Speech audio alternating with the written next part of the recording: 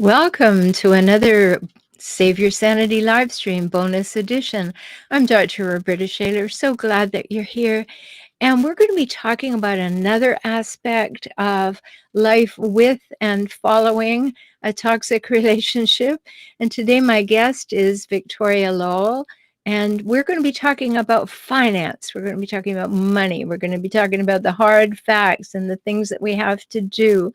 So, welcome to the program, Victoria. Oh, Dr. Shader, thank you so much for having me. It is such an honor to be here. You know that I love what you do. You help empower so many people to get out from toxic relationships. And that is so important. And it's tied in so much with finances so often that I just love you. Oh, thank you. So, just everybody, you remember you can find me at forrelationshiphelp.com. And if you enjoy the work, you enjoy the podcast, you enjoy these live streams, do consider becoming a patron. Go to patreon.com/save your sanity. There you can pledge $1, $5, $10, or $100,000 to support the show. So, love to have you do that. And I want you to all to know that what we're going to talk about today, and what we're going to talk about is the best steps to restarting financially after a tough divorce. And it's hard to get away from a toxic relationship. There's so many things to think about. You've got to plan. Hopefully you have time to plan. Hopefully there's no physical or sexual abuse that you just have to run from. Hopefully you have time to plan, and then once you get out, then you've got the whole rest of your life to plan. So we want to talk about the things that you can do while you're planning to leave and how you reestablish yourself after you've left. And you're going to hear a lot of wonderful things because Vicki has a lot of wonderful things for you. So I want you to know where you can find her. And you find her at empoweredworth.com. So make sure you go over there, see all the things she has for you, lots of good information right there. And then you can learn more about her work and all the ways that she helps folks. So this whole business, Vicki, of leaving, and usually it's a little mucky Mhm. financially because many times if you're with a toxic person, they have taken over the finances and you have had limited resources to work with and limited resources for making your plan to leave. What are some of the things that we hope everybody has in place before they leave so that we can then talk about what to do with them afterwards? My key things when I work with a woman who tells me, look, I'm planning on leaving, how do I start shoring myself up financially? The first thing I tell them is, and it's in my book, know your numbers. Do a credit check on yourself. Make sure that your credit is good, that you have credit, because a lot of times what you don't realize is that the other person in the relationship has put all the credit in his name. Credit is important. You're going to need credit to be able to, get a new place if that's the situation, get a credit card, all those things. Especially if you don't want to have to get a cosigner. And then the other thing I tell everybody is make a budget and determine what it takes for you to be, quite frankly, 6, maybe 8 months, depending on how to divorce. And if you've spoken to a divorce attorney, he can tell you how long it'll take for you to get judgment or to get temporary support, all those things. And then make an emergency fund, or what I call it the bug out fund, kind of like a bug out bag for survivalists. Make sure you have money. Unfortunately, with a lot of times, what you see is that the financial control has been taken, so the access to cash, the access to the money is not there.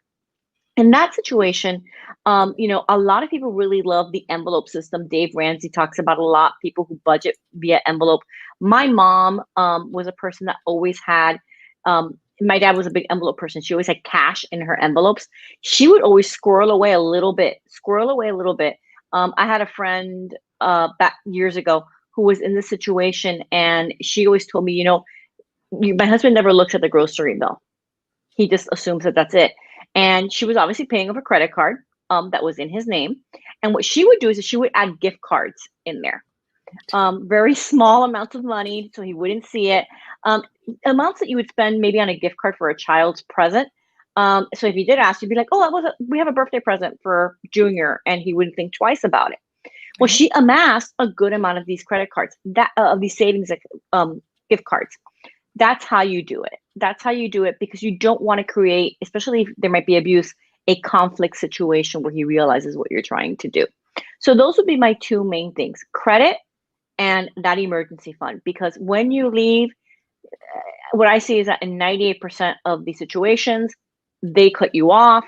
I mean, you're out the door and he's calling American Express, or she, and the credit cards are being turned off. You don't have any credit. And a lot of people feel very demoralized in having to go ask maybe a parent or a sibling or a friend, can you co-sign for me? So that is really crucial for me. And if you can, even get a credit card, Yes. and hide it from them. They don't need to know. Get yourself a PO box and do that, and just hide that credit card.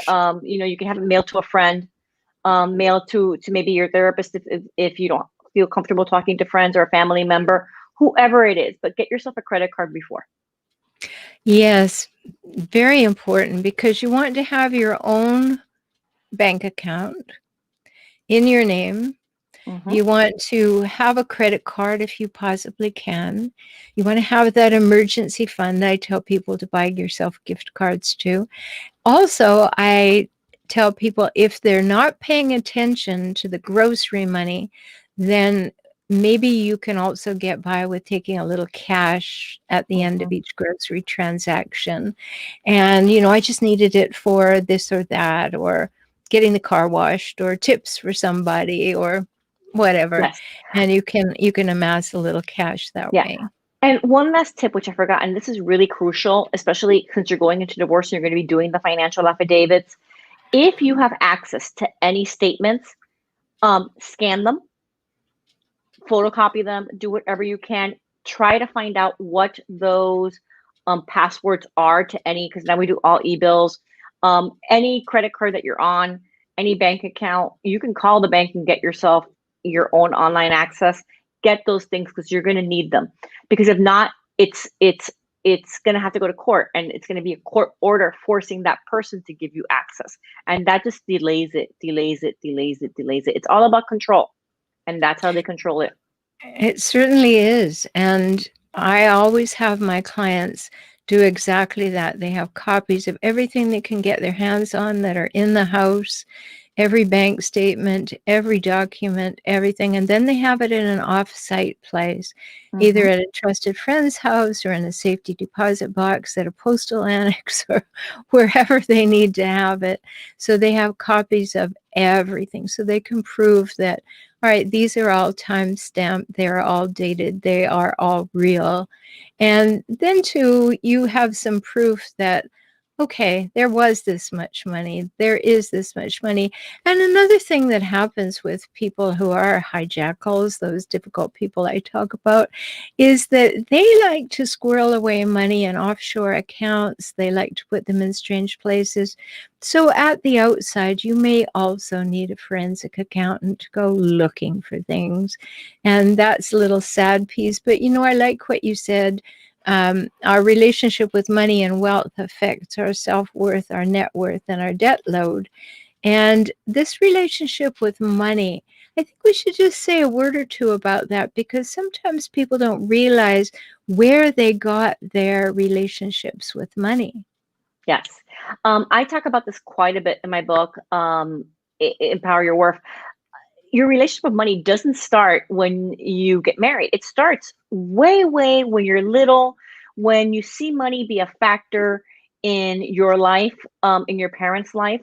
A lot of us grew up seeing our parents' dynamic with money, moms that maybe didn't have financial control, or fathers who held money as a control factor in their lives. That also kind of bleeds down to the children. There are children who are controlled by their parents, because the parents are holding over their heads college money. They're holding allowance money. They hold, and I'm not talking about, yes, I understand you ground the child misbehaves, maybe you take the allowance away. That's fine. What I'm talking about is when you are using it all the time as a punitive thing, where you're living in fear of having your money taken away from you. That's where I think that line crosses. But yeah, we have money, and I call them money stories. We all have them. And in fact, if you go to my website, empowerworth.com, right there on the first page, I have a free gift that everybody can get. And it's a worksheet that helps you kind of do the deep dive into your money story and figure out what money profile you have, because we do have certain money profiles. And that's why that's really important, to understand that, Yeah. because you can get money out of the settlement of the divorce, but if you haven't fixed your money story, or if you have a toxic money story from pre-wiring when you were a child, you're going to lose all that money. That's just what we see. Or on the other side, you won't request the money because you don't believe you deserve the money. You will create a story that says, well, it was ours, it was ours. Mm-hmm. And it never was ours. If you're with a toxic person, it was always the toxic person's. And that's a very important thing to know. But if you came into the relationship with, as Vicky calls it, a money story that says, you don't deserve to have any money. You don't know what to do with money. You're bad with money.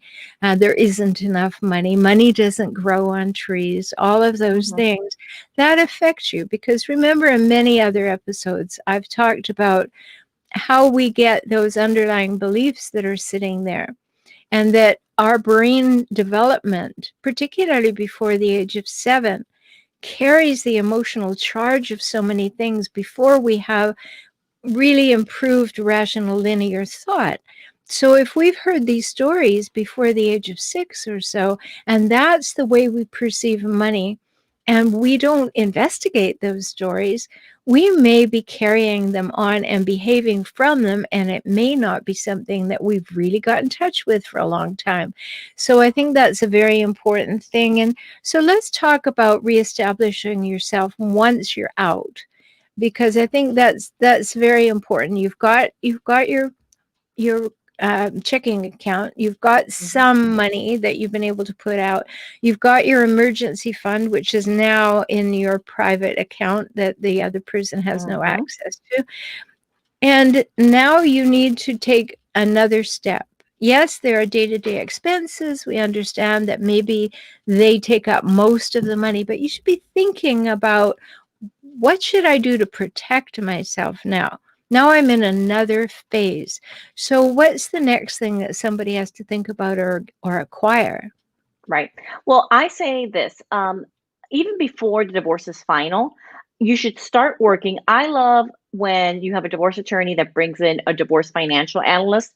I happen to hold that certification. They're going to help you look at all those settlements and do financial planning and have an idea of what that settlement means. Something that I love to tell people, all assets aren't equal. We have this idea in divorce that it's supposed to be a 50-50 split. Right. It depends on what those assets are. A 50-50 split isn't always equitable. I don't want equal, I want equitable. And I think that that's really important. And this divorce financial analysts, they're all over the country, are trained to look at the financials of divorce, to be able to explain, to do cash flow analysis of those different settlements and help you. And they should be part of the team. And I think that the next part of the team should be to start talking to a financial planner or a financial coach of some sort. If you don't want to get as far as going into a financial planner, to start talking about how are you going to make this money last and work for you. A lot of it depends on the age of which, of course, you are going through a divorce. If you're in your 20s and 30s, you have more years ahead of you to work. But maybe you haven't worked in 10, 15 years, in which case getting rehabilitative maintenance, that's basically what they call short-term alimony while you're maybe getting a degree or studying or getting some skills. That's important to you, and that needs to be thought of. You need to have an assessment. I tell people, even if you have an opportunity, take a free seminar or maybe have a session with an occupational coach who can tell you what your realistic livelihood in the workforce is if you've been out of work for a little while. Those are all things that need to be taken into consideration. They should be part of the team and start planning. If you're older, and unfortunately, over 50 seems to be the growing trend of divorce. It's called the gray divorce, and it's people over 50. For you, we have to talk about, okay, asset protection. How are we going to make this money last? Because realistically speaking, you only have 15 years if you retire at 65. And a gray divorce can be devastating, unfortunately, because you don't have those years to recoup wages.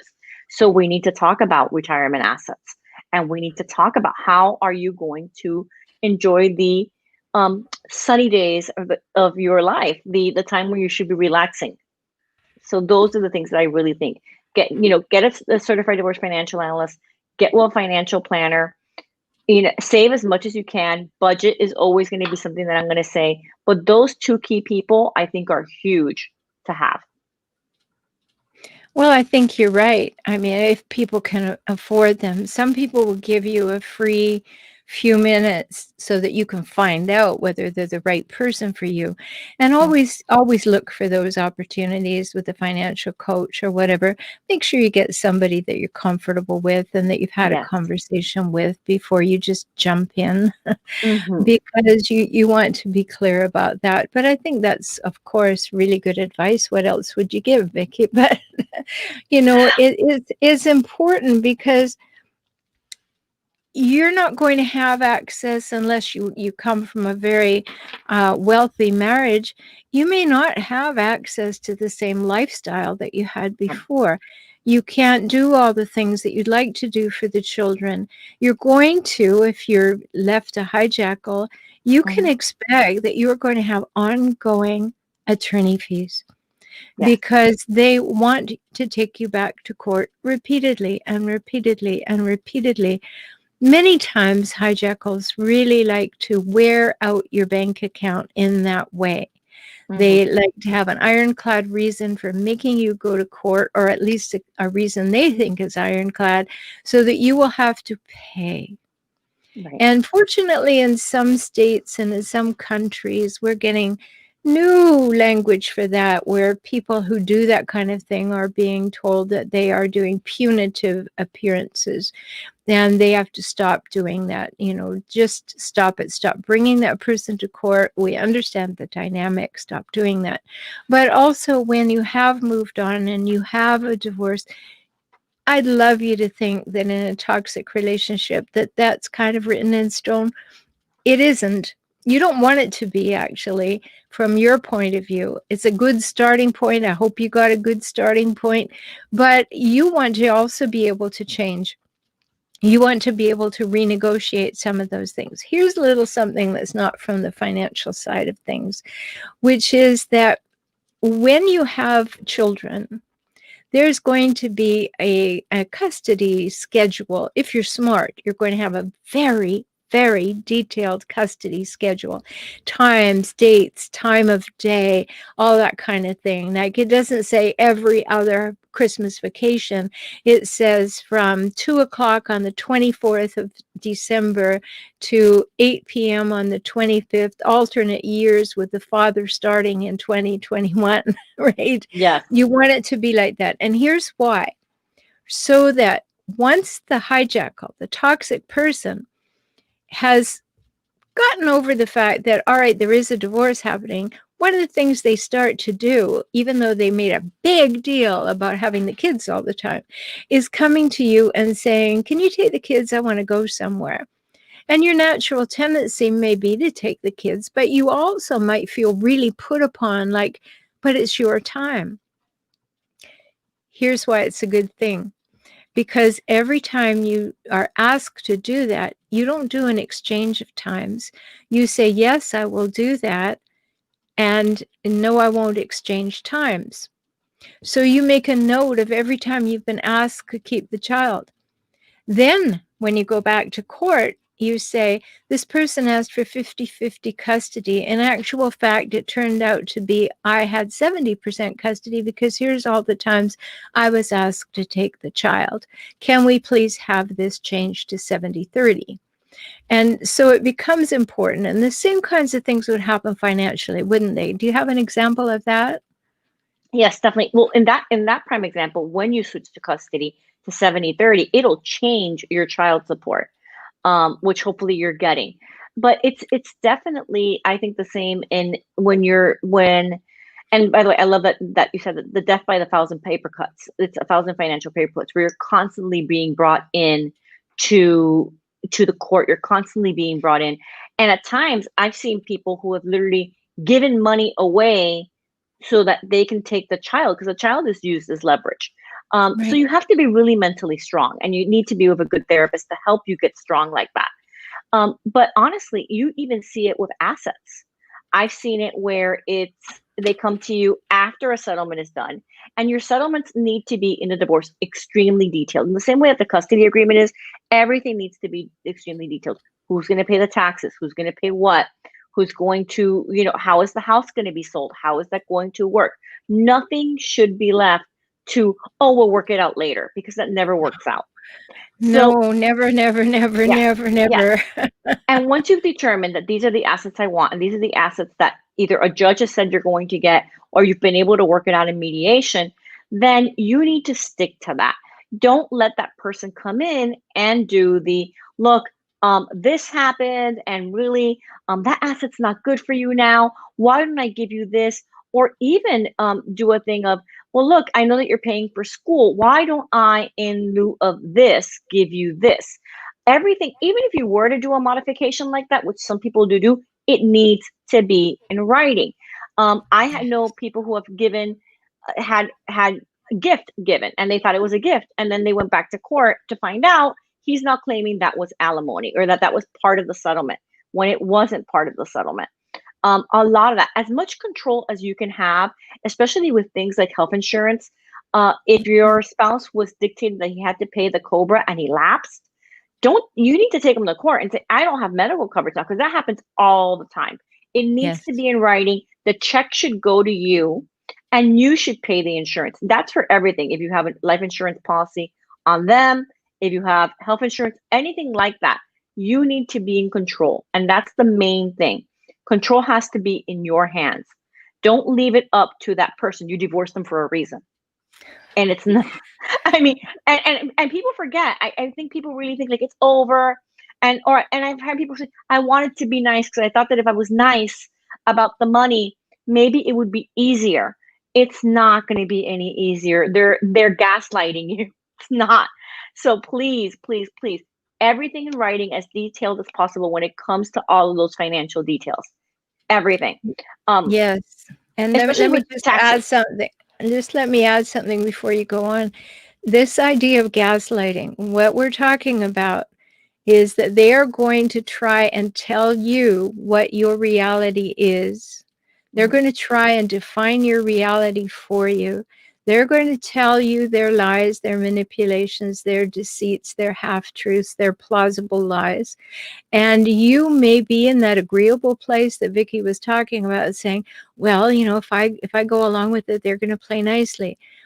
Always remember that the deck is stacked against you in their minds.